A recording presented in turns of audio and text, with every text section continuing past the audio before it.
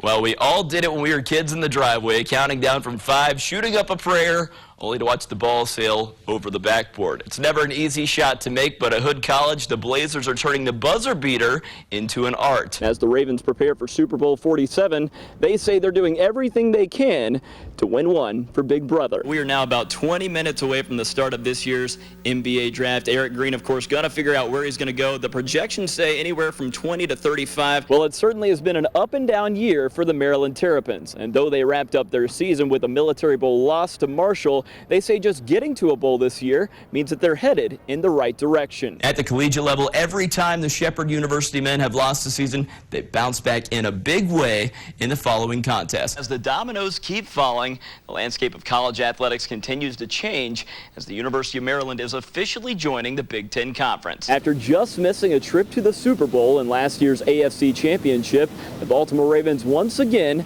got their shot at the New England Patriots. But this time it was the Ravens that came out on top. They started off 1-4 last year in NEC play. This year 2-2, and again they got hot last year. So this year, start that fire a little earlier. A very happy Tuesday evening to you. Well, 1 year ago, first-year head coach Jamie and Christian led the Mount St. Mary's men to the NEC title game, beating top-seeded Robert Morris along the way. The Mount would go on to lose to LIU Brooklyn, but a year later, they find themselves in the championship game once again, and they're waiting for them this time. Top-seeded Robert Morris. The Mount with plenty of support on hand, and they came in ready to cause a little Mount mayhem. Julian Norfleet extending the lead with the early deep three. Then Norfleet doing what he does best, attacking the glass, goes coast to coast for the score. No one stops him.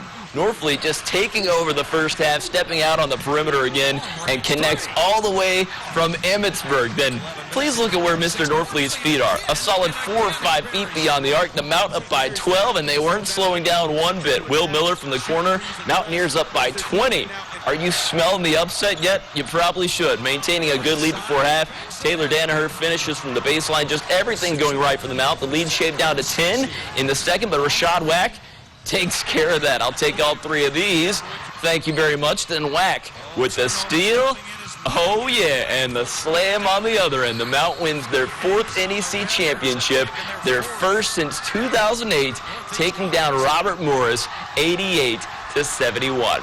So while the Mount was pulling the upset in Moon Township, PA, back in Emmitsburg, the Mount St. Mary's students and fans were having a blast watching their team back home. They gathered at various places, including the Ott House in downtown Emmitsburg, as well as the Student Center on campus, cheering on their Mountaineers. And when the clock hit all zeros, they erupted, as you might imagine, as you can see here, into jubilation on a night all Mountaineers will never forget. I feel great. You know, it's a great accomplishment for the guys, and I think they're going to do really well. They're going to put up a fight, and this win tonight and the win over Wagner last week just proves that they're in it to win it. I was playing great basketball. They're playing great D, putting up the shots. It's doing amazing right now. I'm ecstatic right now. This is the greatest moment of my 4 years here. Okay, we're going dancing. Let's go, Mount! Let's go! You can't beat that. That kid was excited. Why not? Why not? Well, at the high school level, we've reached the final regional rounds in West Virginia with the Washington Patriots looking to ride into states with an undefeated record. Washington, a perfect 23-0 on the year, needing a win against Elkins to advance to the state tournament. Pats up 36-21 already in the second, adding to it. Austin Shields connects on the jumper. Then the kick out goes to Kendall Coles, and that 3-ball splashes down. Washington can also play a little defense. Jerome Jones with the steal, and check out the pass. Whoop! To his twin brother Malik.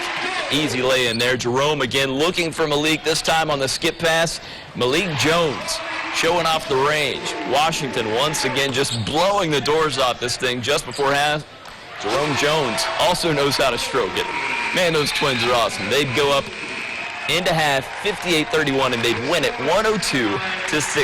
Hedgesville on the road at Lewis County, and the Eagles down in the first, but making a run. Kamani King scores off the rebound, and we're all knotted up at 17. Then just before the half, C.J. Burks lays in 2 of his 18 points Eagles lead by 5 at the break, 24-19. In the third, the Eagles start to take over. Burks with another strong take. Hedgesville up 8 points now, and they would outscore Lewis County 13-3 in the third.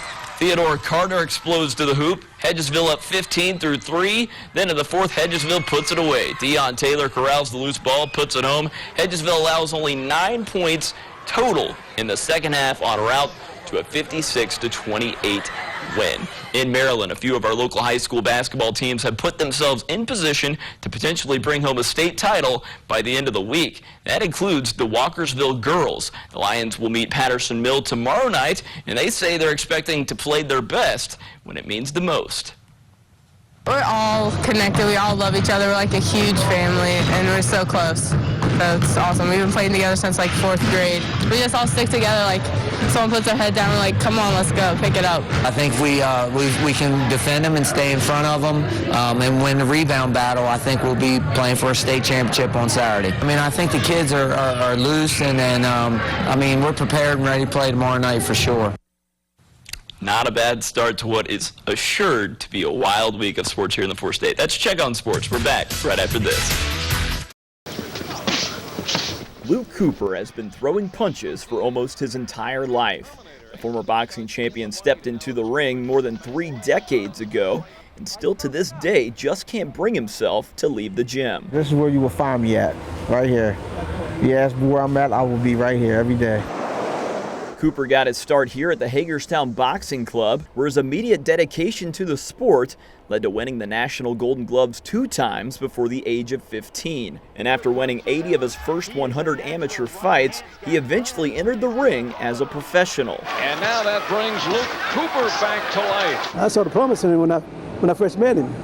He's about 11, 12 years old when I saw him. We ran in the morning, we come back to basic fundamentals, and he did real good. Now at age 43, it's those fundamentals and experiences Cooper passes on to young up-and-comers. So you go, come back down there, you go 1, 2, 3, up.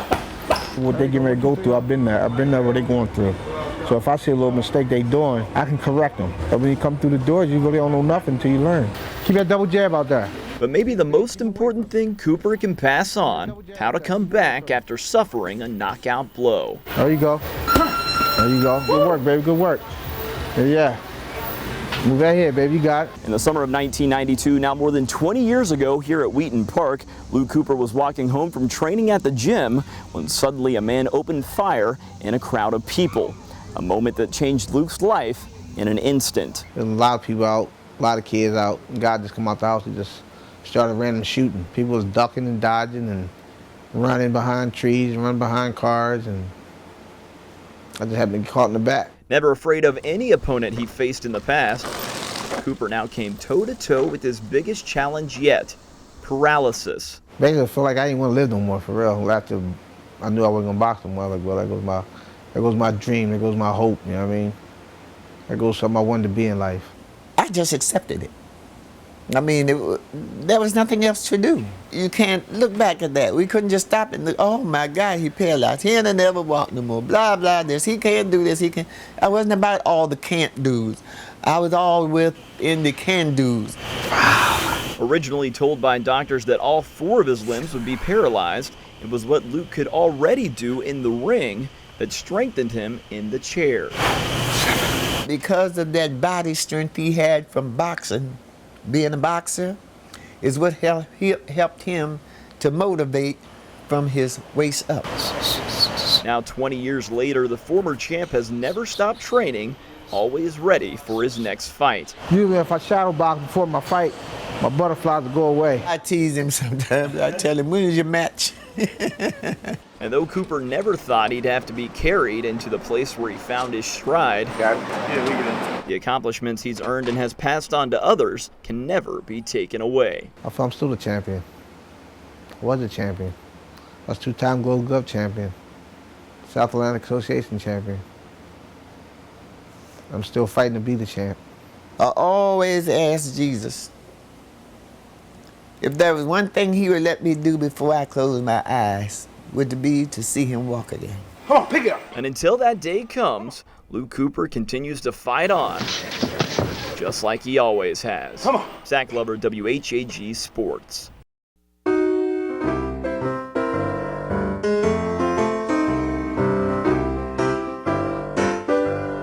While it looks like a scene out of the 1800s, the popularity of old-fashioned high-wheel biking in present-day Frederick, Maryland has grown with the size of the bicycle's big front wheel. I bought a small one, it was a 36-inch, liked it, bought a 48-inch, liked it, and now I ride a 53-inch. So little kid, big wheel in the driveway quality. I'm just tickled to death riding it in circles in a parking lot. Frederick is home to the nation's only high-wheel bike race, and as you might expect, those that participate say it's quite different from your average bike ride. Every time you ride one of these, you earn the miles that you ride because you're constantly pedaling. You can't always just coast. It's just you and the bike, and there's nothing like that. There's no modern day bike that you get that, because there's always chains, there's always mechanical noise involved, and these bikes are so simple that you just eliminate all that. One of the hardest parts about riding a high-wheel bike is simply just getting up on it. But once you're on it, it's just like riding a bike without brakes. It's like a freight train.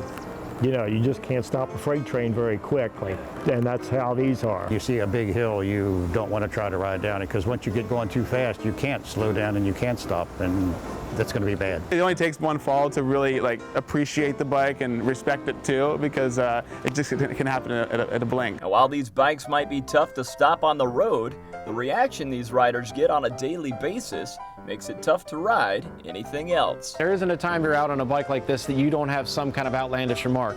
Most everybody says, do a wheelie, or how's the weather up there? I found that riding this, you get more respect, even from kids.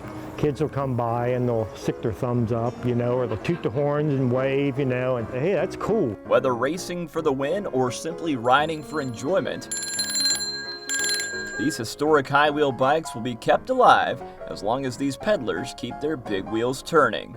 In Frederick, Zach Lover, WHAG Sports.